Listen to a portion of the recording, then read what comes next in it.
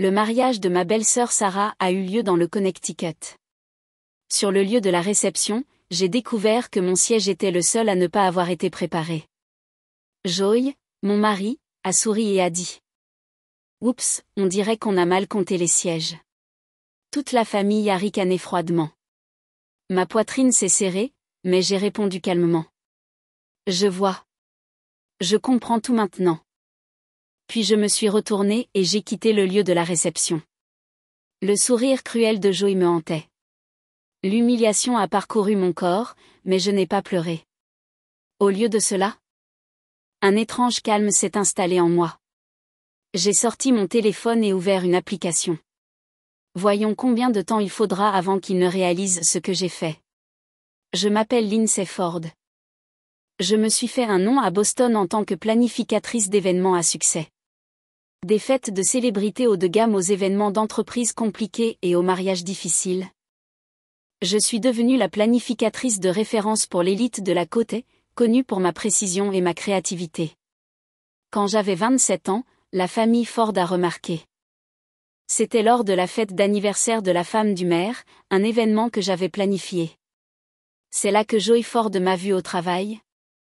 J'ai entendu dire que c'était le travail d'une femme très talentueuse.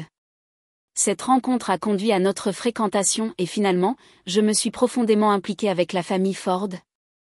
Un an après le début de notre relation, Joey m'a demandé en mariage. En commençant à assister aux événements sociaux avec la famille Ford, j'ai remarqué un changement. Marie, la mère de Joey. Elle faisait des allusions subtiles à mes origines modestes à chaque occasion. J'ai commencé à me sentir mal à l'aise quant à la façon dont la famille de Joey me voyait. Mais j'ai ignoré les signes avant-coureurs par désir d'une vraie famille, car Joey semblait différent de sa sœur et de sa mère, plus accessible, moins obsédé par les lignées.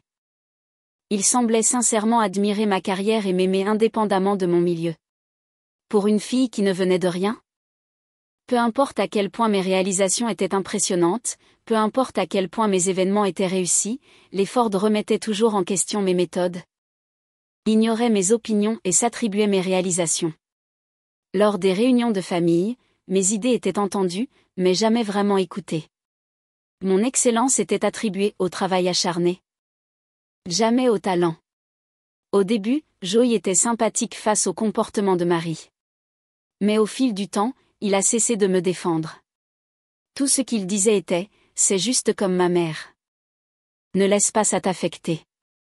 Mais j'ai été affectée, et les choses n'ont fait qu'empirer avec le temps. Il y avait ensuite Sarah, la sœur cadette de Joey de 5 ans. L'incarnation d'une fille gâtée par son père, élevée dans une indulgence inconditionnelle. Sarah s'est toujours montrée amicale avec moi. Mais il y avait une froideur calculatrice derrière ses sourires. Elle ne m'a jamais vraiment considérée comme une famille non plus. L'année dernière, lorsque Sarah a annoncé ses fiançailles, Marie s'est immédiatement approchée de moi. Lindsay, tu planifieras le mariage de Sarah, n'est-ce pas? Ta famille, c'est naturel. Ce n'était pas une demande. C'était un ordre. Il n'y avait aucun respect pour ma carrière, juste l'attente que je travaille gratuitement, comme un outil à leur disposition. Planifier le mariage de Sarah aurait dû être un moment de fierté. Ce devait être un grand événement de 3 jours représentant le statut social de la famille. J'ai tout investi, en exploitant mon réseau dans l'industrie de l'hôtellerie. En faisant tout ce que je pouvais pour créer une expérience sans faille. Mais lors des préparatifs, j'ai découvert la vérité sur la situation financière de la famille Ford. Tous les paiements en retard aux fournisseurs, les appels téléphoniques des fournisseurs demandant des acomptes échus. Quand j'en ai parlé à Joey, il m'a dit que le comptable de la famille était juste prudent avec le budget du mariage, mais j'avais vu les documents financiers ouverts sur son ordinateur portable. Le fonds fiduciaire était vide. La maison avait une hypothèque secondaire. La société d'investissement approchait du défaut. Pourtant, j'ai continué la planification. Lorsque nécessaire, j'ai utilisé les fonds de ma propre entreprise pour couvrir les acomptes. Puis, le matin de notre départ pour le Connecticut, un message est apparu sur le téléphone de Joey pendant qu'il était sous la douche. Normalement, je respectais son intimité, mais ce matin-là, quelque chose m'a poussé à regarder. C'était un message de Gina. J'ai hâte de te voir ce week-end. As-tu déjà parlé à ta famille? Avant de m'en rendre compte, j'avais ouvert la conversation de Joey avec son ex-petite amie, Gina Brown. Elle remontait à des mois, détaillant leur réconciliation, leur discussion sur l'avenir et la grossesse de Gina, enceinte de 4 mois. Ils se voyaient depuis 6 mois. Faisant semblant de ne rien savoir. Alors que le soleil d'automne projetait une lueur dorée sur la campagne du Connecticut, nous sommes arrivés sur le lieu du mariage. J'avais organisé chaque aspect des festivités du week-end. Mais dès que nous sommes descendus de la voiture, Marie s'est tournée vers moi et a dit « J'ai donné des instructions spécifiques pour le plan de table. » Lindsay. Pourquoi cela semble-t-il si différent? J'ai avalé ma frustration. Je l'ai organisé en fonction de la liste des invités pour optimiser le flux et les angles de prise de vue. Mais elle n'écoutait pas, elle chuchotait déjà à Joey, une conversation secrète qui, comme toujours, m'excluait. Ma suite d'invités était luxueuse, surplombant le jardin du lieu. Ils riaient de blagues internes et de souvenirs, presque tous issus de vacances familiales auxquelles je n'avais jamais été invitée. Quand j'ai essayé de participer à une conversation sur les détails du mariage, Sarah m'a interrompu. Oh, Lindsay, au fait, nous faisons un brunch de demoiselles d'honneur demain matin. C'est juste une tradition, vraiment.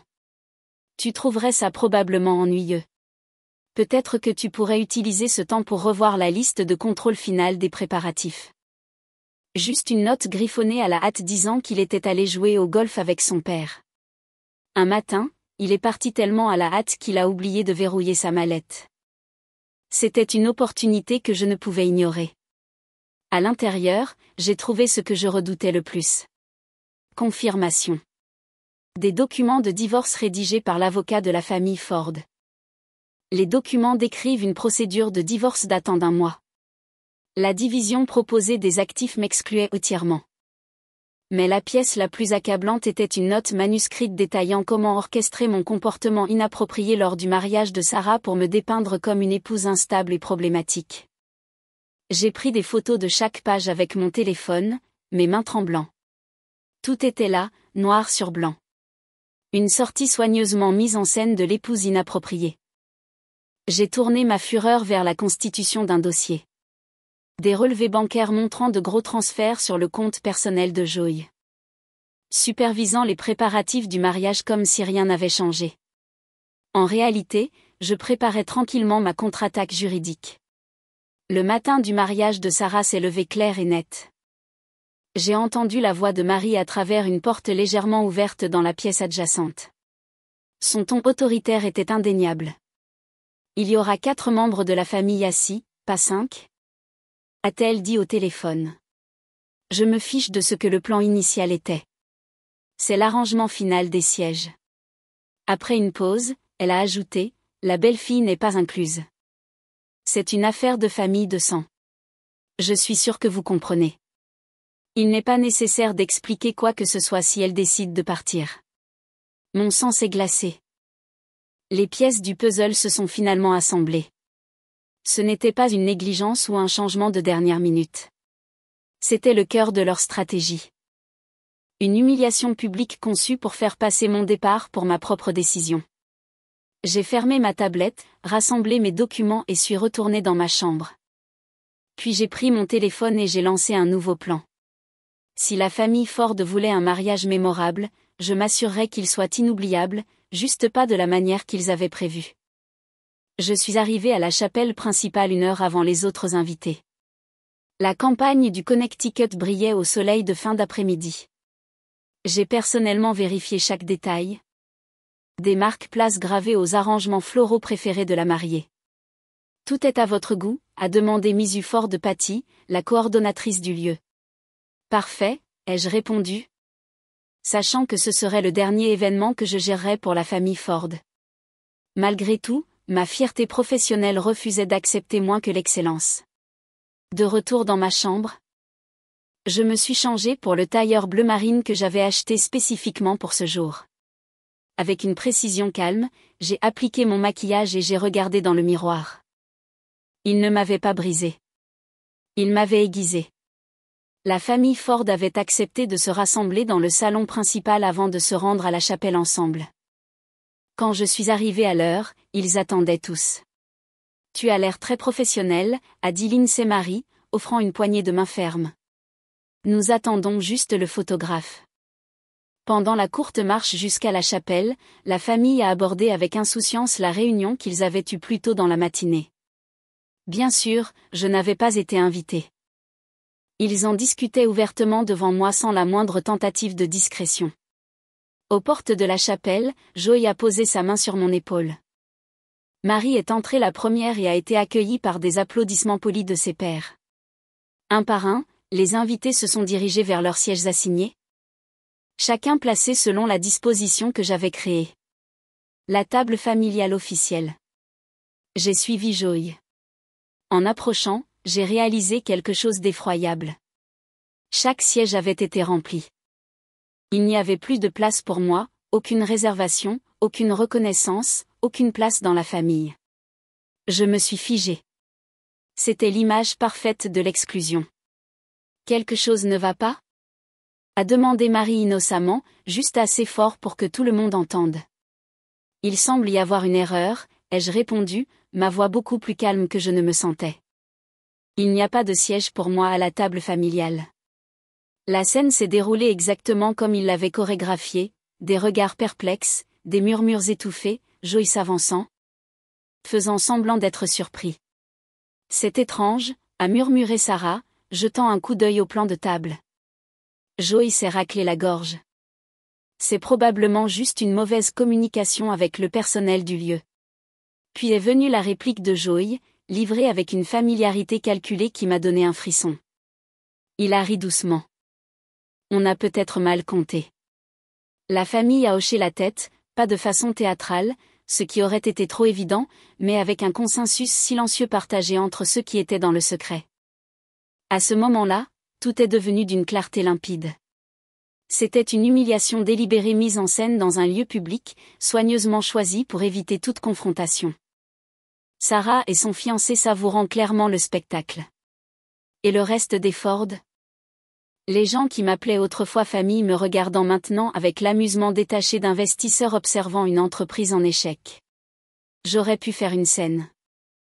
Relever le menton, et j'ai prononcé les mots qui marqueraient le début de ma reconquête du pouvoir. Alors, c'est comme ça. Je comprends parfaitement. Simple, dévastateur dans sa clarté. Et leurs sourires ont vacillé. L'expression confiante de Joy s'est tordue en incertitude. Je ne suivais plus leur script. Je vais partir, ai-je ajouté. Me détournant avec le même calme qui m'avait autrefois protégé tout au long de notre mariage. Lindsay, ne sois pas dramatique, a appelé Joy derrière moi. On peut trouver un autre siège. Je n'ai pas répondu. J'ai calmement quitté la salle, hochant poliment la tête au personnel qui avait été témoin de mon humiliation. Dans la voiture, j'ai finalement expiré. Au moment où j'ai atteint la route principale, le tremblement dans mes mains s'est arrêté. Un petit café du centre-ville servait de point de vue idéal. J'ai commandé un café noir et sorti mon téléphone. C'était le moment que j'avais préparé. J'ai envoyé une notification d'urgence à la coordonnatrice d'événements, Patty, ainsi que les instructions que nous avions préalablement convenues comme plan d'urgence. J'y ai joint des documents prouvant mon autorité en tant que responsable principal des événements et superviseur financier, ainsi que la confirmation d'un gel immédiat des fonds. Ensuite, le lieu de réception, l'hôtel, les traiteurs, le fleuriste et le photographe. Un par un, j'ai gelé toutes les transactions et coupé les paiements effectués par les comptes de crédit de mon entreprise. À chaque action, je me sentais plus légère. Les messages de Joy ont commencé à arriver, d'abord agacés, puis confus, et finalement en spirale vers le désespoir alors qu'ils réalisaient l'ampleur de mes représailles. Je les ai tous ignorés. 30 minutes après avoir quitté le lieu, j'ai terminé mon café et payé l'addition. Il était temps pour le dernier acte. Je suis retournée au lieu du mariage Ford et suis entrée par une entrée latérale. Patty m'a accueillie avec une expression inquiète. Miss Ford ? Êtes-vous sûre de cela ? Oui, Patty, ai-je dit, lui remettant une enveloppe juridique scellée. Cela comprend la confirmation du gel des fonds et l'annulation de ma garantie financière pour les dépenses d'aujourd'hui. Quand devrions-nous les informer? Dans 5 minutes. Coupe de champagne levée, visage rayonnant de satisfaction smug. Mon téléphone a vibré. Un message de Joy. Lindsay. Où es-tu? Arrête de faire la gamine. Reviens. Puis un autre. De mon poste d'observation caché, j'ai vu Patty s'approcher de la table avec 2 membres du personnel. Elle s'est penchée pour parler doucement à Sarah, assise à la tête à côté de Marie. L'expression de Sarah a changé d'abord de la joie à la confusion, puis à la suspicion. Elle a sorti une carte de crédit, parlant plus urgemment. Son calme habituel se fissurant. Joy fixait son téléphone, lisant probablement mon dernier message. Tous les fonds du mariage sont maintenant gelés. Tous les arrangements du week-end ont été annulés. Votre liaison avec Gina et sa grossesse deviendront bientôt publiques. Profitez du gâteau de mariage. La scène s'est déroulée comme un ballet du chaos parfaitement chorégraphié. Joy s'est levée, le visage rougi soit par la rage, soit par la honte. La main de Marie s'est levée pour serrer son collier de perles comme si cela pouvait la calmer. Sarah s'est penchée vers son fiancé, chuchotant furieusement. Mais Joy est restée figée sur son siège, toute la couleur de son visage drainé. Contrairement aux autres, il comprenait les implications complètes. Tu n'as aucune idée de ce que tu as fait? Ai-je répondu. C'est exactement ce que vous aviez prévu, ai-je dit. C'est pourquoi je n'ai aucune obligation de maintenir votre petite célébration. Tu dois arranger ça. Tu comprends à quel point c'est humiliant pour Sarah, pour nous tous? Oh, je comprends parfaitement, Joy. C'était le but. Où es-tu? Sa voix a changé, la désespérance s'insinuait. Laisse-moi t'expliquer tout à propos de Gina, à propos de tout. Oh, qu'est-ce que tu voudrais expliquer, Joy? Que j'ai vu les états financiers? Que j'ai lu les emails? Que je sais que l'Empire Ford s'effondre? Que tu as détourné des fonds de l'entreprise et mis enceinte ta petite amie? Son inspiration brusque a confirmé ce que je savais déjà. C'était confidentiel, a-t-il murmuré. Juste. Comme l'étaient les messages de Gina sur la grossesse. Comme l'était le mémo détaillant comment mettre en scène mon comportement inapproprié au mariage de Sarah. Comme l'était le plan de table qui m'excluait délibérément. Silence à l'autre bout. De retour sur le lieu, j'ai pu voir Patty parler doucement à toute la table. Plusieurs invités regardaient maintenant avec une curiosité à peine dissimulée.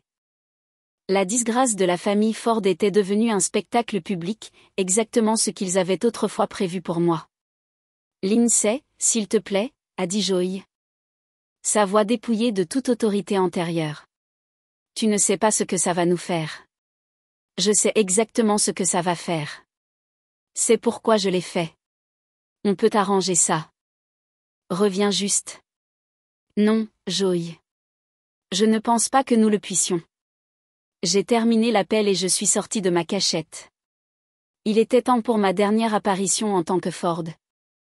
Alors que j'approchais de la table, les 4 têtes se sont tournées vers moi. Marie, Joy, Sarah et le fiancé.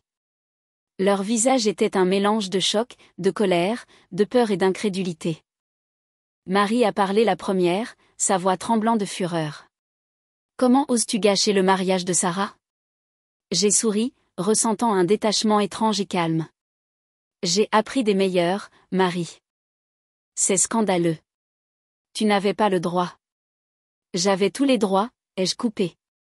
Tous les contrats, toutes les garanties financières.